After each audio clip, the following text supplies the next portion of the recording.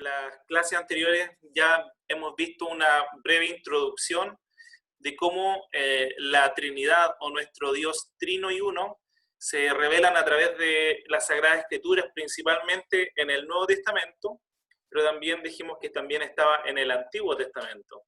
De hecho, toda semilla doctrinal se encuentra en el Antiguo Testamento y se fue desarrollando y fue dado a luz en sí, en su plenitud, con la encarnación del Hijo de Dios y cómo podemos ver la relación Padre-Hijo y luego cómo viene la procesión del Espíritu Santo. Entonces voy a compartir la pantalla para que podamos ver la diapositiva correspondiente al día de hoy. Ya vamos a ver Dios el Padre. Y es llamativo cómo nuestro Dios se va revelando en términos que son familiares para nosotros. Al utilizar la palabra Padre, podemos ver una cercanía, no una lejanía de Dios, como en otras religiones. En otras religiones a un Dios lejano, a un Dios distante. Pero en la Sagrada Escritura nosotros vemos a un Dios que es cercano para con sus hijos. Voy a rogar también que mantengan sus micrófonos apagados por cualquier interferencia o para mantenerlos 100% concentrados en la clase de hoy.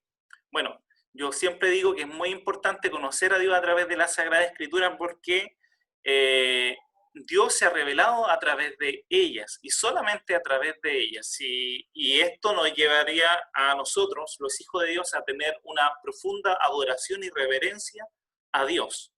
Y cuán mal sería que nosotros adoremos a un Dios que no es verdadero, un Dios falso, que hemos generado a través de nuestra imaginación y que nos fluye de las Sagradas Escrituras. Por eso es muy importante este tema en particular, el conocimiento de Dios. Y venía diciendo en clases anteriores también que la Trinidad se puede expresar en los siguientes términos, que nosotros creemos en un Dios, en un ser, ¿no es cierto?, que coexiste eternamente en tres personas divinas. Esto no niega el principio de la contradicción, porque Dios es uno en un sentido y tres en otro sentido. Él es Padre, Hijo y Espíritu Santo como personas divinas, pero cada persona es completamente Dios y sigue siendo un solo Dios, un solo ser.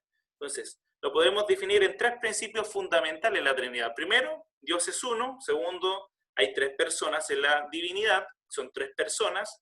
Y tercero, hay tres personas que son coeternas y coiguales, que siempre han existido y que han coexistido eternamente. Para empezar esta clase, vamos a ver el siguiente video. Tengo una pregunta que siempre me ha molestado. La Biblia dice que hay un solo Dios, pero en otras partes de la Biblia, Dios es tres, Padre, Hijo y Espíritu. ¿Cómo puede ser ambas cosas? Sí, esta es una pregunta que ha desconcertado a las personas durante miles de años. Y aunque no podemos explicarlo con...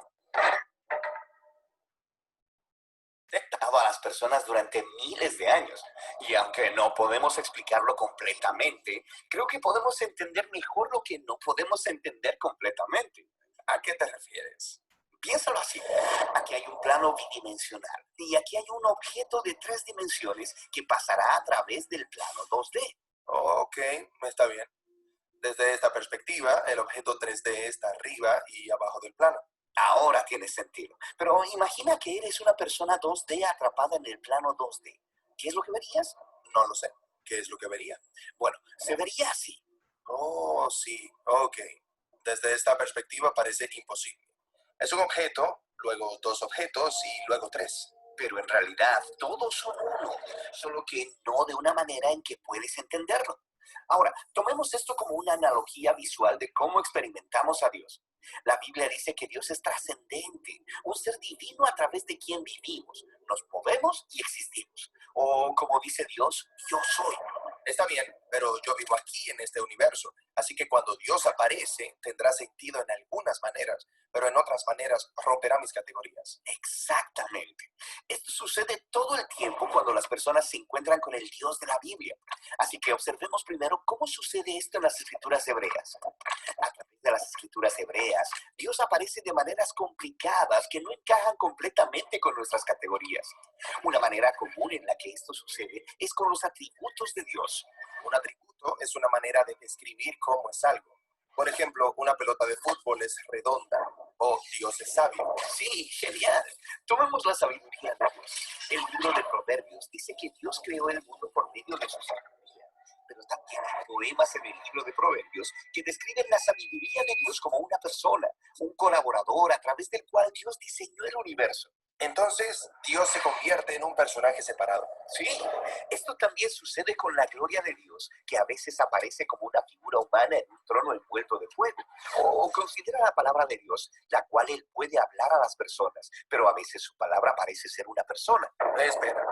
Entonces, ¿los atributos de Dios se han convertido en nuevos dioses pequeños? No, no. Los autores bíblicos creen que solo hay un Dios todopoderoso. Pero se sienten cómodos hablando de Él como de diferentes personajes. Sí, esto es parte de la forma en que los autores bíblicos representan la compleja identidad del único Dios. Son atributos de Dios y también son distintos de Dios. Distintos de Dios y también Dios. Sí, una vez que aprendemos a identificar esa manera de hablar sobre la identidad de Dios, comenzamos a verla por toda la Escritura. De hecho, la encuentras en las primeras oraciones de la Biblia que mencionan al Espíritu de Dios. La primera línea de la Biblia es bastante familiar. En el principio creó Dios. Pero sigue leyendo. ¿A quién vemos en la creación moviéndose sobre las aguas? Al Espíritu de Dios. Sí, el Espíritu de Dios se refiere a la presencia y energía personal de Dios con la que podemos interactuar aquí en la creación. Entonces, la Biblia puede referirse al Espíritu de Dios como distinto de Dios. Distinto de Dios y también como Dios. Es el Espíritu de Dios. Aunque esto suene extraño desde nuestro punto de vista, es esta complejidad lo que los autores bíblicos están intentando que logremos ver. Entonces, hemos hablado de los atributos de Dios y del Espíritu de Dios. Ahora hagamos una última parada explorando la compleja identidad de Dios en las escrituras hebreas, con el personaje llamado el Hijo del Hombre. Así que en la Biblia hay un solo Dios a quien las personas deben adorar, lo que hace que esta historia en el libro de Daniel sea realmente sorprendente. Daniel tiene un sueño acerca de una figura humana llamada Hijo del Hombre, lo cual significa un miembro de la humanidad. Y Daniel sueña sobre este humano siendo levantado en una nube y luego aún más alto, hasta el espacio de Dios. Sí, y luego este humano se sienta a la derecha del trono celestial de Dios y toda la humanidad adora a este humano al lado de Dios. ¿Un humano donde esperamos ver a Dios? Sí, este humano es parte de la identidad de Dios. Esta visión trata sobre la esperanza culminante de toda la historia bíblica. Dios y la humanidad se hacen uno para poder gobernar el mundo, juntos como uno. Entonces, el Hijo del Hombre es distinto de Dios y es también Dios. Exactamente. Entonces, piensa en todo lo que hemos observado. En las escrituras hebreas, la identidad de Dios es compleja. Entonces, cuando los seguidores de Jesús se encontraron con Dios como Padre, Hijo y Espíritu, ellos ya tenían categorías sobre cómo estos podían ser el Dios único de la Biblia. Está bien, hablemos de eso.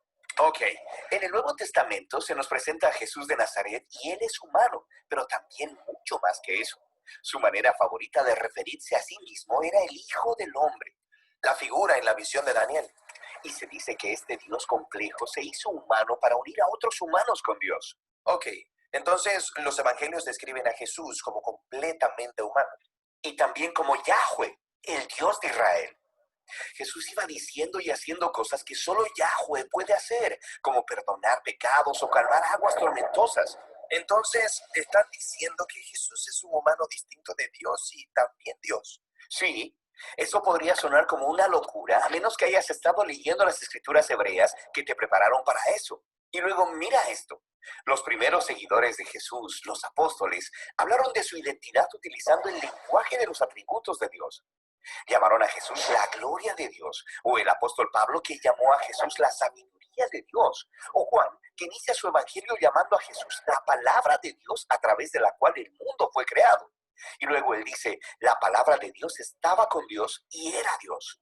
Ok, ya entiendo lo que están haciendo y hace que me duela la cabeza. Totalmente.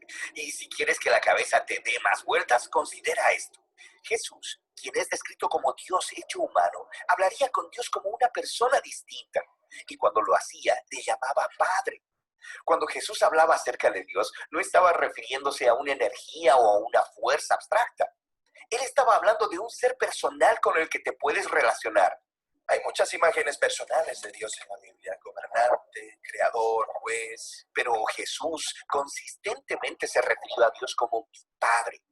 Jesús experimentó a Dios como una fuente de amor infinito. Él dijo: mi Padre me ha amado desde antes de la fundación del mundo. Aparentemente Jesús conoció al Padre como un ser eternamente centrado en los demás y como dador de vida. Sí, como en la historia del bautismo de Jesús, cuando el Padre dice desde el cielo: este es mi Hijo amado. Y luego sigue leyendo. En esa historia, la persona que trae el mensaje de amor del Padre al Hijo es el Espíritu de Dios. Hemos hablado ya acerca del Espíritu de Dios. Aquí en la creación, es a través del Espíritu que interactuamos con lo divino. Sí, y lo mismo era cierto para Jesús. A través del Espíritu, él experimentó el amor del Padre, pero no terminó ahí. Jesús prometió que a través de él, el Espíritu saldría y compartiría el amor del Padre con toda la humanidad y con toda la creación. Así que puede parecer que existen tres dioses distintos, pero de alguna manera que trasciende a mi forma de ver la realidad, ellos también son uno. Sí, esto es lo que los seguidores de Jesús más adelante llamaron la Trinidad. Padre, Hijo y Espíritu son el único Dios de la Biblia. Ahora puedo ver cómo llegaron a eso. Pero esto no es solo un rompecabezas filosófico. Describir a Dios como una triunidad, es decir, que el universo es sostenido por una comunidad eterna de amor, que es algo que realmente no puedo entender. Pero el Dios de la Biblia no es un ser que entiendes. El punto es conocer y ser conocido por este Dios para poder participar en su amor. Amén. Me gustó esa última parte que dice, el Dios de la Biblia no es un ser el cual nosotros entendamos, sino alguien, un ser que Él desea que le conozcamos. El temario del día de hoy va a ser Dios el Padre, la primera persona de la Trinidad.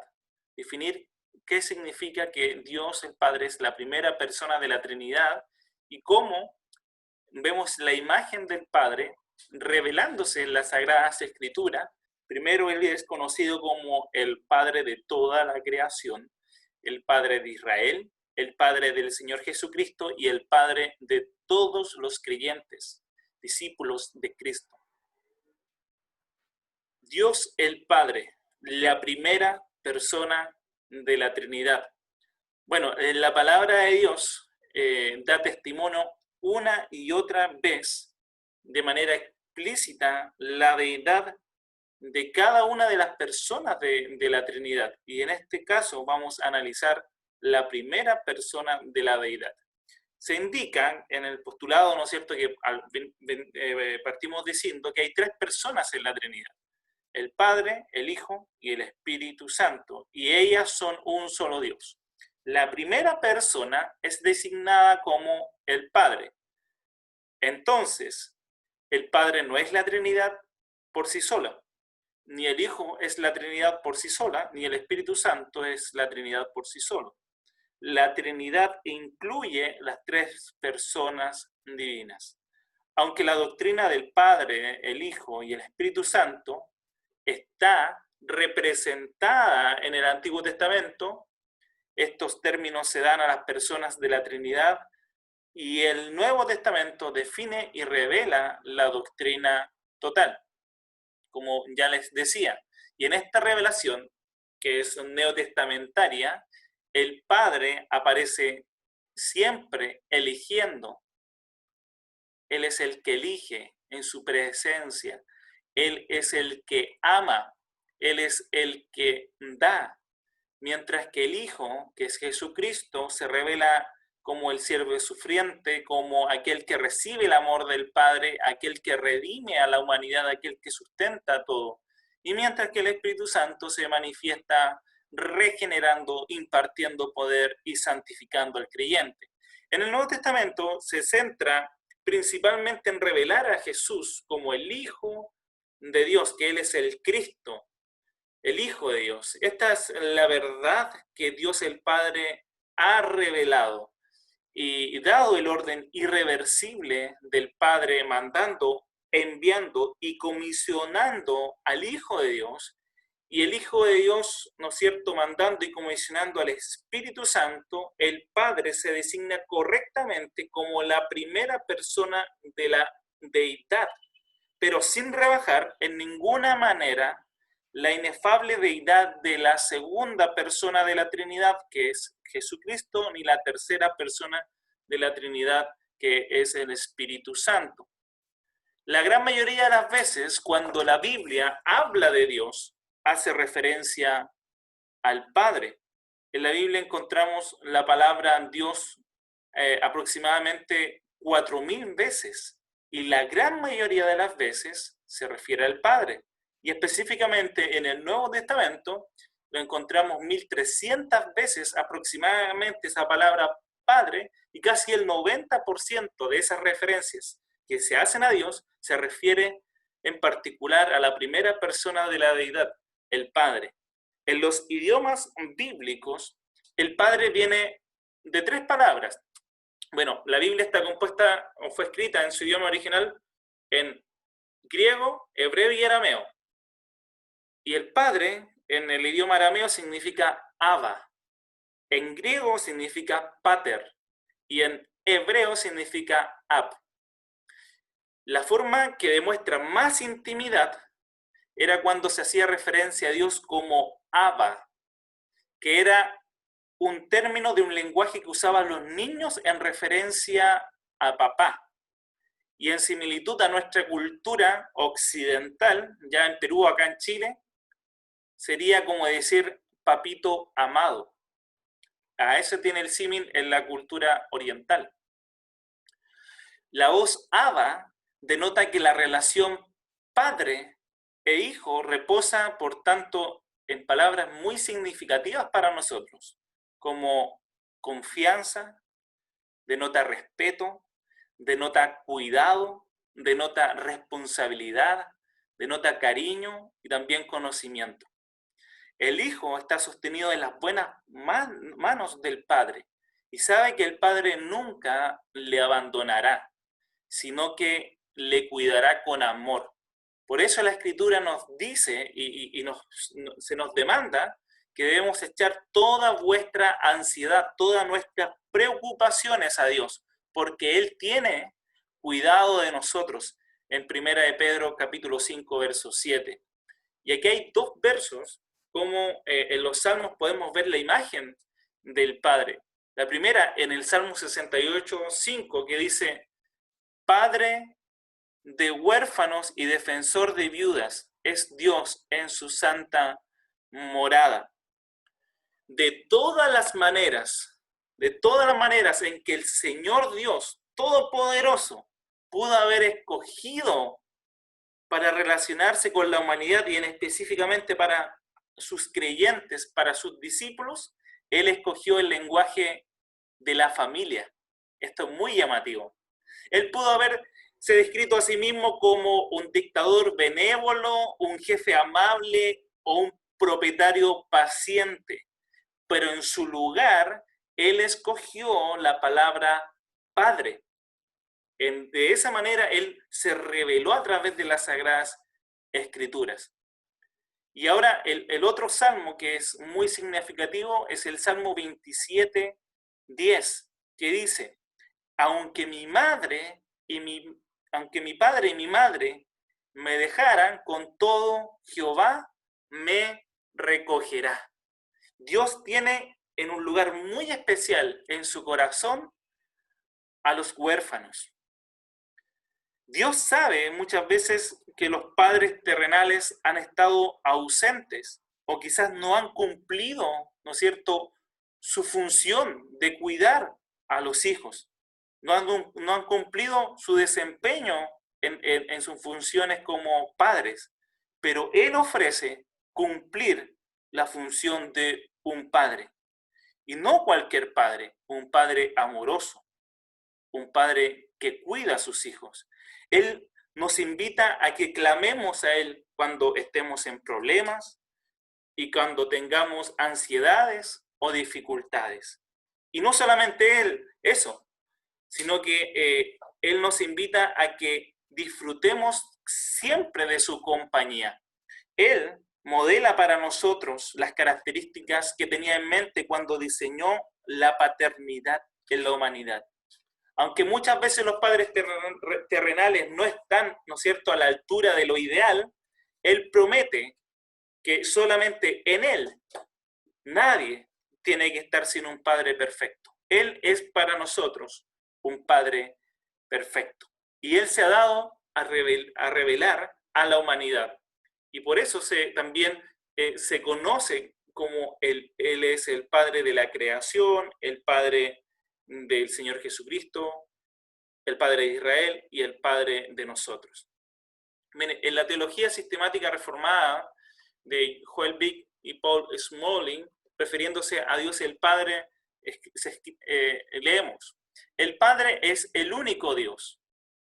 Él es el creador de quien son todas las cosas, como dice en 1 Corintios capítulo 8, verso 6.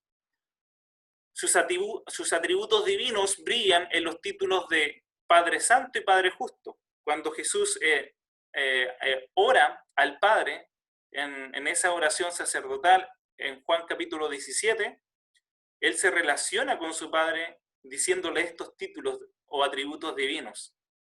Y son dos atributos divinos muy significativos de Dios el Padre: su santidad y su justicia. Pero también el apóstol Pablo, cuando inicia su carta a los Efesios, en su capítulo 1, verso 17, Dios el Padre, Pablo describe a Dios el Padre como el Padre de la gloria. Y luego en 2 Corintios capítulo 1, verso 3 lo describe como el Padre de misericordias. El apóstol Santiago también lo describe así: Padre de las luces, en el cual no hay mudanza ni sombra de variación. Y en 2 Corintios capítulo 6, verso 18, Pablo le dice: el Padre que es el Señor Todopoderoso. Bueno, y a través del Señor Jesucristo, nosotros conocemos al Padre y Él sabe lo que sus hijos necesitan antes de que le pidan, y ve lo que hacen en secreto para que pueda recompensar sus buenas obras, según lo que aprendimos de Jesús en el Sermón del Monte.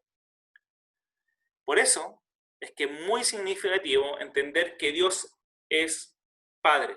Vamos a verlo ahora como el Padre de la creación. El Padre de la creación. El apóstol Pablo dice en Efesios capítulo 3, verso 14 al 15: por esta causa doblo mis rodillas ante el Padre de nuestro Señor Jesucristo, de quien toma nombre toda familia en los cielos y en la tierra. Aquí toda la familia de criaturas morales, incluyendo ángeles y hombres, son declaradas como herederas o constituyen una familia en la cual Dios es el Padre. Luego leemos en Hebreos capítulo 12, verso 9. Por otra parte, tuvimos a nuestros padres terrenales que nos disciplinaban y los venerábamos. Y él hace una pregunta: ¿por qué no obedeceremos mucho mejor al Padre de los espíritus y viviremos? Aquí lo hace en un sentido general. Y también cuando el apóstol Pablo estaba en el Areópago, dirigiéndose a los atenienses en la colina de Marte, lo incluye en este argumento. Dice así: siendo pues linaje de Dios, y se está refiriendo a todos los que estaban escuchando, que de alguna manera todos somos criaturas de Dios. Y en 1 Corintios capítulo 8, verso 6, leemos la siguiente declaración: para nosotros, sin embargo, solo hay un Dios, el Padre, del cual proceden todas las cosas, es decir, del Padre. En base a estos textos hay suficiente campo para concluir que la primera persona de la Trinidad como el Creador, es el Padre de toda la creación y que todas las criaturas que tienen vida física deben su origen a Él, solo a Dios. Solamente en este sentido es correcto referirse a la paternidad universal de Dios. Todas las criaturas participan en este sentido en la hermandad universal de la creación como criaturas. Y esto lo coloqué aquí con palabras rojitas porque es muy importante. Esto no justifica, sin embargo, el mal uso de esta doctrina por los teólogos liberales para enseñar la salvación universal, o que cada hombre tiene a Dios como su Padre en un sentido espiritual. Esto yo lo he escuchado muchas veces. Personas, incluso pastores, una vez escuché en una entrevista en la televisión de un pastor que era muy renombrado y que dijo que todos son hijos de Dios. Claramente las escrituras están en contra de lo que ese pastor estaba diciendo, porque las escrituras nos dicen que todos son criaturas de Dios, pero no todos son hijos de Dios, porque entonces más adelante vamos a ver la doctrina de la adopción, pero no todos son hijos de Dios, pero todos somos criaturas de Dios. Ahora, Dios no solamente se reveló como un Dios que cuida y protege toda la creación, sino también refiriéndose como Padre de Israel cuando Él se empieza a relacionar y a hacer suyo un pueblo en específico. Y este concepto de la relación del Padre y Hijo se usan en el Antiguo Testamento en muchas circunstancias e instancias para referirse a Dios con respecto a Israel. De acuerdo a Éxodo capítulo 4, verso 22, Moisés instruyó al faraón y le dijo lo siguiente: Jehová ha dicho así, Israel es mi hijo, mi primogénito.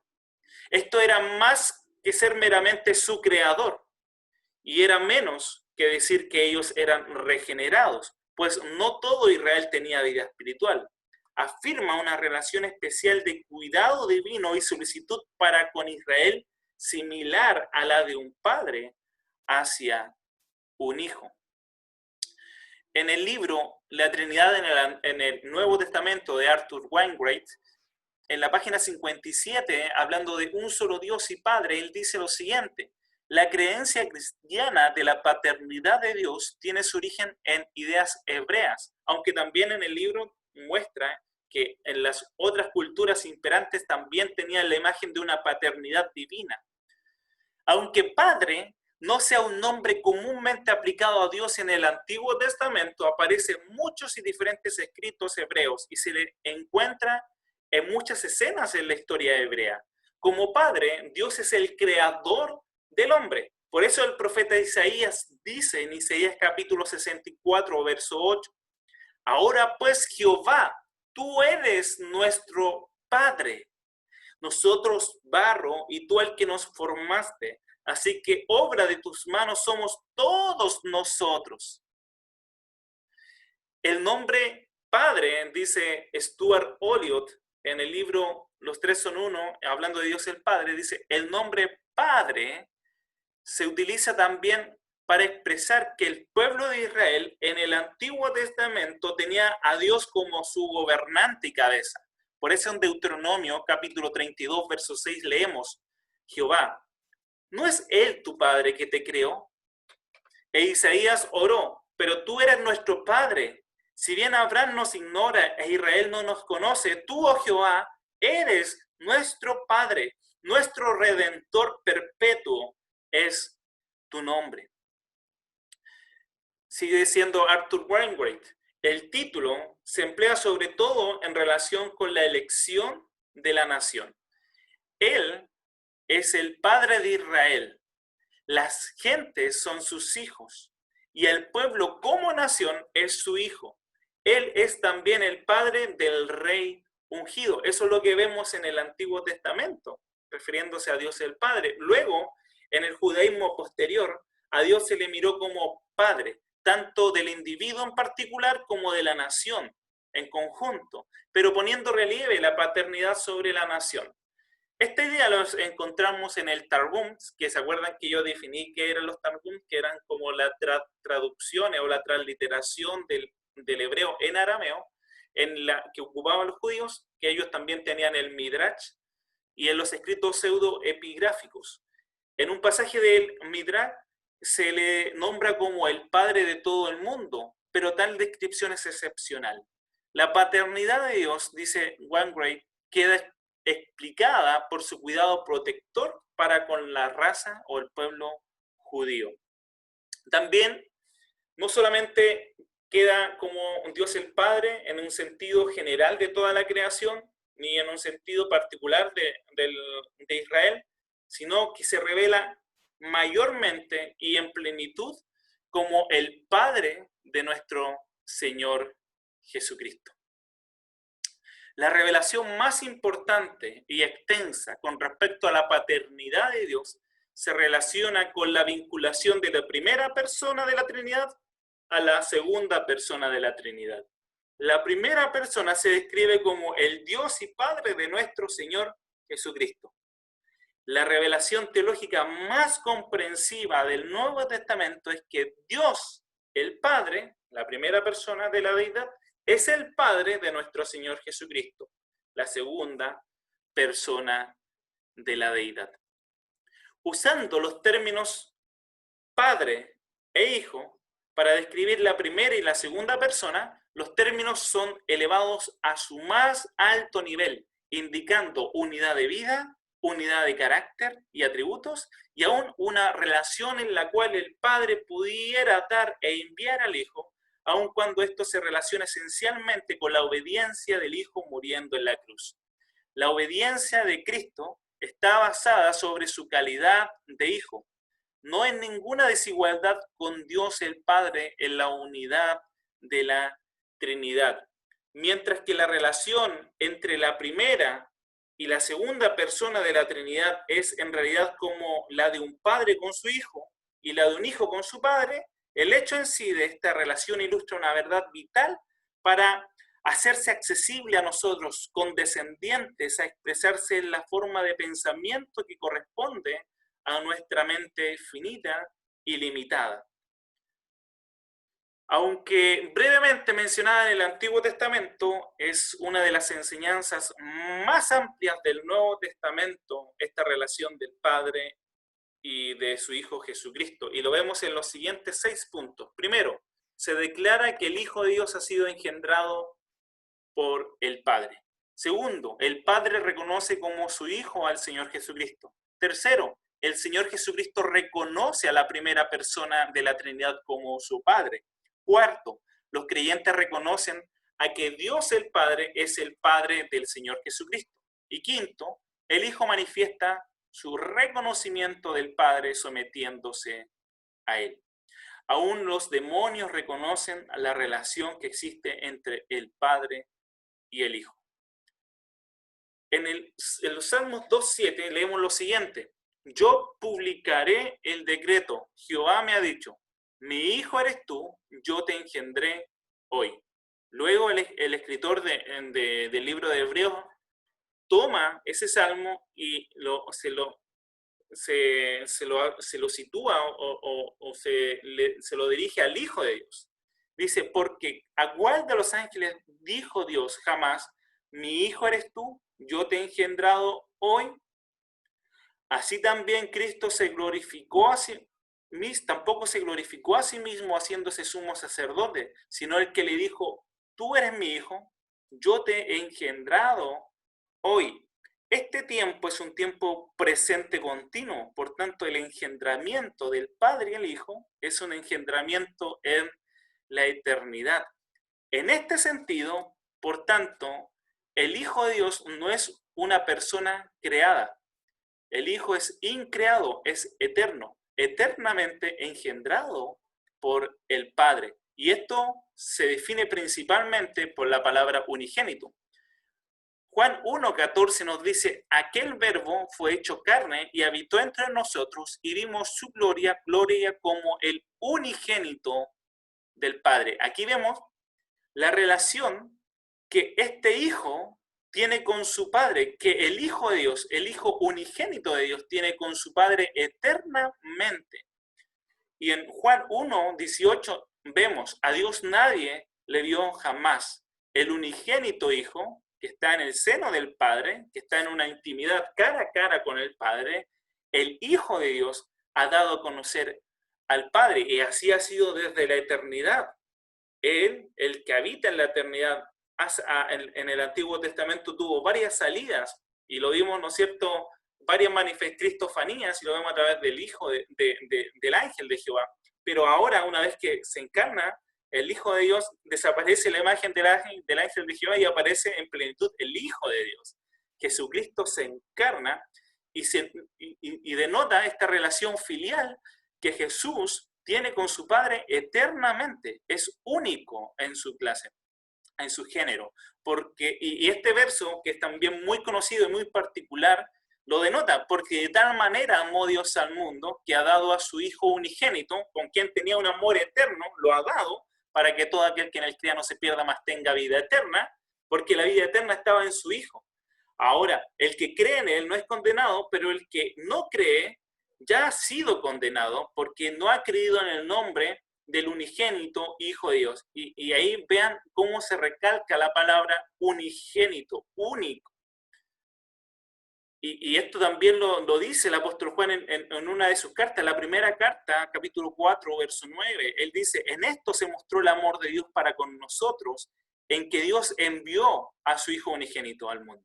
Se fijan que esta relación del Padre con el Hijo es una relación eterna. El Hijo siempre ha existido con el Padre, y el Padre envió a su Hijo, que ya siempre ha existido, pero envió a su Hijo unigénito al mundo, para que vivamos por él. Y la frase unigénito o hijo unigénito se traduce de la palabra griega monogenes. Esta palabra es traducida varias veces al español como único, el único o el unigénito. ¿Qué significa monogenes? ¿Y qué significa? Primero yo busqué en internet, en God Question, la palabra, ¿qué significa que Jesús es el Hijo unigénito de Dios? De acuerdo al léxico griego-inglés del Nuevo Testamento y otra literatura cristiana primitiva, monogenes se refiere al ser el único de su tipo o clase, o el único en su género. Juan es el único escritor del Nuevo Testamento que usa esta palabra en referencia a Jesús. Y Juan estaba interesado principalmente en demostrar que Jesús era el Hijo de Dios. Ese fue el propósito por cual escribe todo el libro de Juan. Al final lo dice en Juan 20:31. Y él usa esta palabra para identificar a Jesús como el único Hijo de Dios. Es decir, que si al ser único, el Hijo de Dios comparte la misma naturaleza divina que el Padre. Por lo tanto, son de la misma sustancia divina. El Hijo y el Padre son Dios. Por eso es que la mayor revelación del Nuevo Testamento, de toda la Escritura, es que Jesús es el Hijo de Dios. Que Jesús es el Hijo de Dios. Ahora, Stuart Olyott dice, es en el Evangelio de Juan donde vemos con la máxima claridad que si bien el Padre es Dios y el Señor Jesucristo es Dios, no obstante hay una distinción entre ambos. Dentro del ser de Dios, uno es el Padre uno es el Padre del otro y uno es el Hijo del otro. Por eso leemos en Juan capítulo 1, verso 14, que el Verbo en nuestro Señor Jesucristo se distingue de Dios el Padre. Uno se hizo carne y el otro no. El Hijo se hizo carne. Sin embargo, la gloria de Cristo es la gloria del Padre. Por lo tanto, es evidente que son el único Dios, ambos. Cristo es la expresión perfecta del Padre, que es lo que Juan quería decir cuando describió a Jesús como el Verbo. Después leemos, a nadie Dios le dio jamás. El unigénito Hijo que está en el seno del Padre, Él le ha dado a conocer. Pero hemos visto que en el Antiguo Testamento algunos vieron a Dios, dice Eliot. Pero lo que el versículo significa es que nadie ha visto a Dios el Padre. Siempre las personas han visto a Dios. ¿Y quién es Dios? Es el Señor Jesucristo, el Hijo. A Él vieron.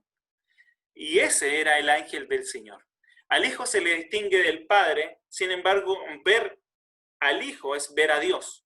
cuando él declara y expresa, por tanto, a Dios perfectamente.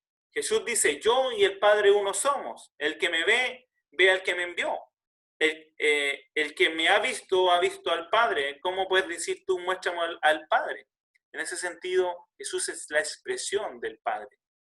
Pero debemos entender que Cristo es el Hijo unigénito, pero es el Hijo eternamente engendrado por el Padre. Siempre existió. Por eso que cuando llegó el tiempo específico, dice Pablo en Gálatas 4:4, Dios envió a su Hijo, que siempre estuvo en el seno del Padre, su unigénito Hijo. Y luego nace de una mujer y nace bajo la ley.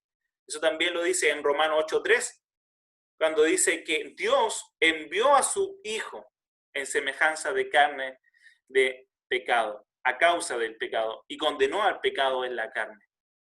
Luego, esta idea la desarrolla muy bien el apóstol Juan. En 1 Juan capítulo 3, verso 8 dice, para esto apareció el Hijo de Dios. Esto nos está diciendo que el Hijo de Dios siempre existió con el Padre y que esta relación del Padre e Hijo nos muestra que el Hijo es de generación eterna. Por eso se conoce como Jesús, el eterno Hijo de Dios. Porque Él siempre existió, pero una vez, llegado un tiempo, apareció, se manifestó. Este se conoce como el misterio de la piedad. Sabemos pues que el Hijo de Dios ha venido. Y se nos ha dado entendimiento para conocer al que es verdadero. Y estamos en el verdadero, en su Hijo, Jesucristo. Entonces, el Padre tiene un Hijo. Y ese Hijo es Jesucristo. Por eso acá también leemos, este es Jesucristo que vino de agua y sangre. Él vino, Jesús vino. Y esto también nos ayuda a entender y a reconocer herejías. Aquellos que en esto conocen al Espíritu de Dios. Todo espíritu que confiesa que Jesucristo ha venido en carne es de Dios. Y todo espíritu que no confiesa que Jesucristo ha venido en carne no es de Dios. Y este es el espíritu del anticristo, el cual vosotros habéis oído que viene y ahora ya está en el mundo, que se está refiriendo principalmente a las herejías que estaban enseñando los falsos maestros. De hecho, por eso se escribe Juan, para contrarrestar todo lo que se estaba diciendo de Dios el Padre y del Señor Jesucristo como el Hijo de Dios. Todo aquel que niega esta distinción del Padre y del Hijo está cayendo en una herejía. Todos aquellos que niegan que Jesucristo no existió eternamente caen en una herejía. De hecho, muchos han tratado de explicar que el Hijo de Dios se reconoce como Hijo en su encarnación, otros reconocen a su Hijo en la resurrección, pero la verdad es que la Escritura nos dice que el término Hijo nos está refiriendo a que Él es eternamente engendrado por el Padre. Segundo, el Padre reconoce como su Hijo al Señor Jesucristo. Esto lo vemos en su bautismo. Hubo una voz de los cielos que decía, este es mi Hijo. Y ven el sentido de propiedad, en un sentido único, el Hijo es el Hijo del Padre, en un sentido único porque habla de un unigénito que está siempre en intimidad. Este es mi Hijo y amado, porque esto muestra que hay una relación de amor eterna entre el Padre y el Hijo. Y mientras aún hablaba en la transfiguración, una nube de luz los cubrió y aquí una voz desde la nube que decía, este es mi Hijo amado y en quien tengo complacencia, a Él. Hoy, como el Padre indica siempre al Hijo de Dios. El propósito eterno dentro de la Trinidad es mostrar al Hijo. De hecho, el Padre apunta al Hijo y el Espíritu Santo también apunta al Hijo, Cristo Jesús. Sin embargo, hay que hacer notar siempre las distinciones dentro de la divinidad. Por eso el Evangelio es trinitario en su base y cristocéntrico también, a la misma vez. Tercero, el Señor Jesucristo reconoce a la primera persona de la Trinidad como su Padre. Por eso dice en Mateo 11:27, todas las cosas me fueron entregadas, ¿por quién? Por mi Padre. Y luego en Lucas 22:29 leemos, yo pues os asigno un reino como mi Padre me lo asignó. ¿Ven? El sentido de propiedad, mi Padre. En un sentido diferente como lo veían los discípulos. Jesús le respondió, mi Padre hasta ahora trabaja y yo trabajo. Por esto los judíos aún más procuraban matarle, porque no solo quebrantaba el día de reposo, sino que también decía que Dios era su propio Padre, haciéndose igual a Dios. Eso lo leemos en Juan 5, 17 y 18. Esto causaba escozor en los judíos. Ellos tenían una imagen muy diferente del Padre. Lo veían muy lejano, pero Cristo Jesús nos acercó al Padre y lo vemos más íntimo, gracias a Cristo. Luego en Juan 17:1, en esta oración sacerdotal, Jesús dice, estas cosas habló Jesús, levantando los ojos al cielo, dijo, Padre, la hora ha llegado, glorifica a tu Hijo, para que también tu Hijo te glorifique a ti. Entonces, el Hijo de una manera especial le pertenece al Padre, y el Padre de una manera especial le pertenece al Hijo, dentro de lo que es la divinidad. En términos estadísticos, y esto lo hice mientras estudiaba, en los manuscritos de los evangelios, Mateo, Marcos, Lucas, Juan, que son textos históricos teológicos, de los labios de Jesús refiriéndose a su Padre como su propio Padre, aparece 170 veces, 42 veces en Mateo, 4 veces en Marcos, 15 veces en Lucas y 109 veces en Juan. ¿Se fijan la cantidad de veces que se muestra en el libro de Juan la relación eterna del Padre y del Hijo, como el Padre del Señor Jesucristo y Jesús el Hijo del Padre?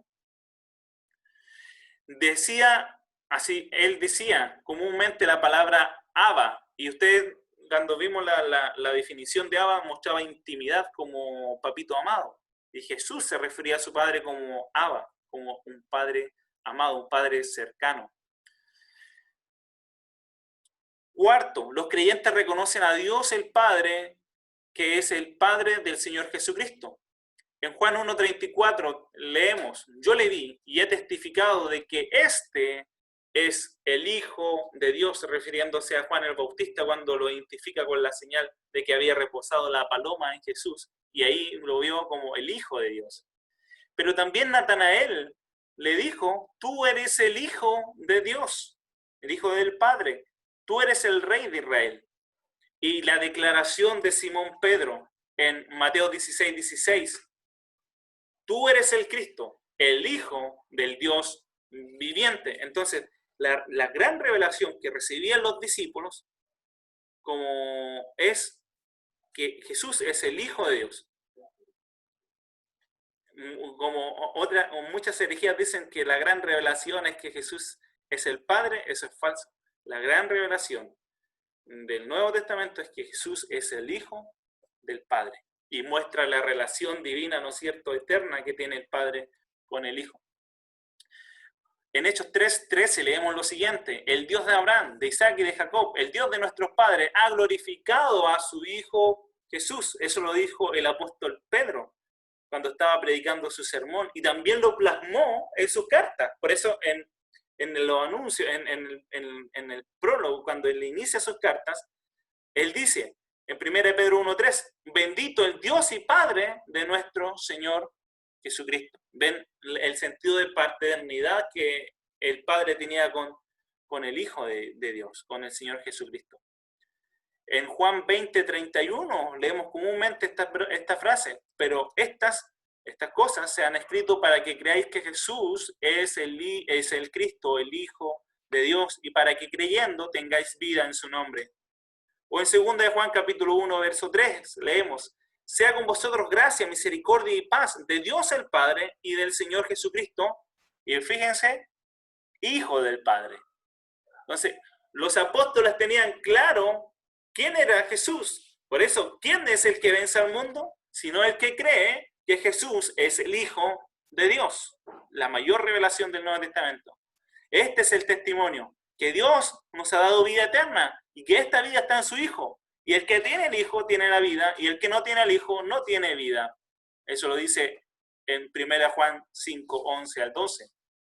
Pero también el apóstol Pablo vio esta distinción y reconoce que Dios, el Padre, es el Padre del Señor Jesucristo. Por eso, en 2 Corintios capítulo 1, verso 3 dice, bendito sea el Dios y Padre de nuestro Señor Jesucristo, Padre de misericordias y Dios de toda consolación. O en 2 Corintios capítulo 11, verso 31. El Dios y Padre de nuestro Señor Jesucristo, quien es bendito por los siglos, sabe que no miento, mostrando allí Pablo sus sufrimientos del apostolado. Pero ahí muestra, ¿no es cierto?, la relación entre el Padre y el Hijo Jesús. Y en 1 Corintios capítulo 1, verso 9, leemos, fiel es Dios, refiriéndose al Padre, por el cual fuiste llamados a la comunión con su Hijo Jesucristo, nuestro Señor. Y al final, en las palabras de doxología, ¿no es cierto?, leemos en Romanos capítulo 15, verso 6, para que unánimes a una voz glorifiquemos al Dios y Padre de nuestro Señor Jesucristo.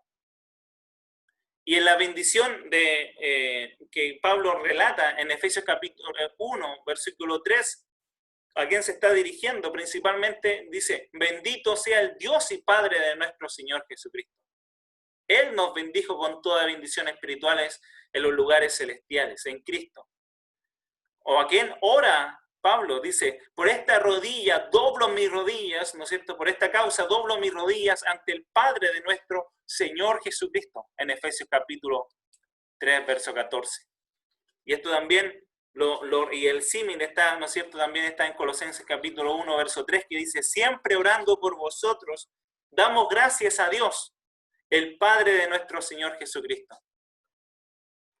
En Juan capítulo 8, verso 29, leemos que el Hijo manifiesta su reconocimiento del Padre sometiéndose a Él. Por eso Él dice, porque el que me envió conmigo está, refiriéndose al Padre. No me ha dejado solo el Padre, porque yo hago siempre lo que agrada. Después en Juan 8, 49, 50 leemos, respondió Jesús, yo no tengo demonio, antes honro a mi Padre y vosotros me deshonráis. Pero yo no busco mi gloria, y a quien la busca y juzga. 6. Aún los demonios reconocen la relación que existe eternamente entre el Padre y el Hijo. Miren lo que le dijo un demonio a Jesús. Y clamaron diciendo, ¿qué tienes con nosotros, Jesús, Hijo de Dios? ¿Has venido acá para atormentarnos antes de tiempo? Bueno, ellos reconocen que Jesús estaba eternamente con el Padre. El Verbo era con Dios, estaba con Dios. Jesús, el Hijo de Dios, estaba con Dios. Bueno, Stuart Ollio dice, el Señor Jesucristo es Dios. Pero si bien los cristianos tienen a Dios como Padre, ese Padre no es el Señor Jesucristo. Dios, el Padre, es alguien distinto de Él. El Padre de los creyentes es también el Padre de Cristo, aunque en un sentido diferente, los cristianos son hijos adoptivos de Dios, mientras que Cristo es su único Hijo eterno. ¿Por qué dijo Jesús a María, subo a mi Padre y a vuestro Padre en Juan capítulo 20, verso 17? ¿Por qué no dijo, subo a nuestro Padre? Bueno, sus palabras nos muestran que Dios es el Padre de ambos, pero las palabras están expresadas de tal manera que subrayan o rayan en la distinción de que Dios es Padre para Cristo de una forma que no lo es para nosotros. En un sentido particular, por tanto, debemos dejar claro que Dios el Padre es el Padre de Cristo en un sentido eterno, mientras que Dios el Padre es nuestro Padre en un sentido de adopción, por medio de creer en Cristo y por ser regenerados por el Espíritu Santo. Por eso ahora hablaremos del Padre, que Dios es el Padre de los creyentes. El hecho de que Dios es el Padre de toda la creación no asegura la salvación de todos los hombres, ni tampoco les da a todos vida eterna. Las Escrituras declaran que hay salvación solo para aquellos que han recibido a Cristo por la fe, se arrepienten de sus pecados y lo reciben como su Señor y Salvador. La Escritura enseña que solo aquellos que creen en Cristo para salvación son hijos de Dios en un sentido espiritual. Por eso la Escritura dice, más a todos los que le recibieron, a todos los que creen en su nombre, les dio potestad de ser hechos hijos de Dios, los cuales no son engendrados de sangre, ni de voluntad de carne, ni de voluntad de varón, sino solamente de Dios. En Juan capítulo 1, verso 12 al 13. Pues todos sois hijos de Dios, refiriéndose a los creyentes, por la fe en Jesucristo. El factor gatillante entre nosotros y las demás personas del mundo o otras religiones, es que nosotros tenemos un Padre por adopción, por medio de la fe en nuestro Señor Jesucristo. Por medio de la obra de regeneración que efectúa el Espíritu Santo, el creyente es hecho hijo legítimo de Dios. Y siendo Dios su Padre en verdad, el redimido es impulsado por el Espíritu a clamar, Abba, Padre. Por haber nacido de Dios, es ya participante de la naturaleza divina y sobre la base de ese nacimiento llega a ser heredero de Dios y coheredero con Cristo. Por eso, repito, Gálatas capítulo 4, verso 4 al 6. Pero cuando vino el cumplimiento del tiempo, Dios envió a su Hijo, nacido de mujer y nacido bajo la ley, para que redimiese a los que estaban bajo la ley, a fin de que recibamos nosotros la adopción de hijos. Y por cuanto sois hijos, Dios envió a nuestros corazones el Espíritu de su Hijo, el cual clama, Abba, Padre. Por eso también leemos en Romanos 8, 15 al 17, pues no habéis recibido el espíritu de esclavitud para estar otra vez en temor, sino que habéis recibido el espíritu de adopción por el cual clamamos, Abba, Padre. El Espíritu mismo da testimonio a nuestro espíritu de que somos hijos de Dios, y si hijos de Dios también herederos, herederos de Dios y coherederos con Cristo, si es que padecemos juntamente con Él, para que juntamente con Él seamos glorificados. Y aquí vemos esta cadena, ¿no es cierto?, de la salvación del hombre. El hombre, ¿no es cierto?, se arrepiente de sus pecados, es regenerado por el Espíritu Santo, es adoptado como hijo de Dios, es justificado y en este proceso de santificación finalmente seamos glorificados. Gracias a Jesús, la referencia a Dios como Padre se nos hace cercana, cotidiana e íntima. Gracias a Él conocemos el amor paternal como clave y piedra principal de nuestra relación con Dios. Y deseo recalcar lo siguiente: Jesús no solamente se refiere a Dios como su Padre, sino también como nuestro Padre. Jesús clama que Dios es nuestro Padre en el Sermón del Monte. Él es nuestro Padre. El Abba, que especialmente cuida de nosotros. Jesús, al enseñarnos el Padre nuestro, allí también en el Sermón del Monte, nos invita a dejarnos abrazar por Dios, a vivir con alegría el Evangelio para sembrarlo en el corazón del mundo, tan necesitado de la gracia y la ternura de Dios el Padre. Somos hijos de Dios, dice Stuart Olyott. Se escribió con respecto a aquellos que están en una buena relación con Dios por medio de la fe en el Señor Jesucristo. Ser adoptados en la familia de Dios y tenerle a Él como Padre es el mayor privilegio, hermanos. Y se le pertenece solamente a ellos. Ellos, nosotros los creyentes, podamos regocijarnos jubilosamente y decir, mirad cuál amor nos ha dado el Padre para que seamos llamados hijos de Dios. Entonces, cuando Juan nos dice que eso es lo que somos, hijos de Dios, él declara nuestro real estado. Antes éramos hijos de ira, hijos de desobediencia, esclavos del pecado, y Jesús confrontó a los judíos diciéndole que su padre es el diablo. Pero ahora, por medio de Cristo, por medio de su obra, nosotros somos hijos de Dios. ¡Wow! En este mismo momento, si hemos creído en el Señor Jesucristo, somos hijos de Dios por adopción. Y gozamos de todos los derechos, de todos los privilegios que conlleva nuestra adopción. Porque hemos llegado a conocer a Dios como nuestro Padre, como sus hijos experimentamos su amor, como sus hijos lo conocemos a Él como nuestro Padre porque experimentamos un conocimiento más profundo y más íntimo de Él. Ponemos nuestra confianza, nuestra fe en aquel que nos ama, en aquel que nos provee todos los recursos, todas las cosas que son necesarias para vivir, incluso como el pan diario que nosotros recibimos en nuestro hogar. Por eso es muy importante conocer a Dios como nuestro Padre.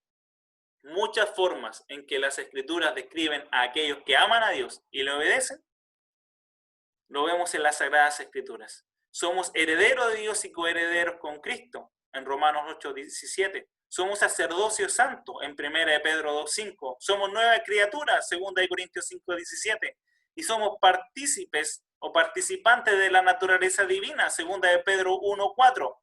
Pero, más que todo lo anterior, y más significativo que cualquier título o posición, ya sea que tengamos estudios universitarios, ya sea que no tengamos estudios universitarios, ya sea que tengamos recursos económicos o ya sea que no tengamos recursos económicos, hay un título que es por sobre todas las cosas que podamos recibir como regalo y como herencia. Este es ser llamados hijos de Dios y que Dios sea nuestro Padre celestial. Y Arthur Wainwright resumen este estudio de Dios el Padre diciendo: los testimonios bíblicos manifiestan que el nombre Padre se empleó en tiempos ya precristianos, es decir, en el Antiguo Testamento, pero es recurrente en el Nuevo Testamento, particularmente los dichos de Jesús y en los escritos de Pablo y Juan, que recalcan que Dios es el Padre de Jesucristo, y se le da un sentido claramente cristiano. Raramente se hace alusión a que Él sea el Padre de todas las cosas. A menudo se nos presenta como el Padre de los creyentes, pero se hace énfasis cuando se trata de su paternidad con Cristo. Y esto nos va a abrir, ¿no es cierto?, el estudio para el próximo jueves y martes. Esto hizo posible que los cristianos pudieran concebir la relación de padre e hijo dentro de la divinidad y descubrir una pluralidad dentro de la unidad de Dios. Que el Señor les bendiga.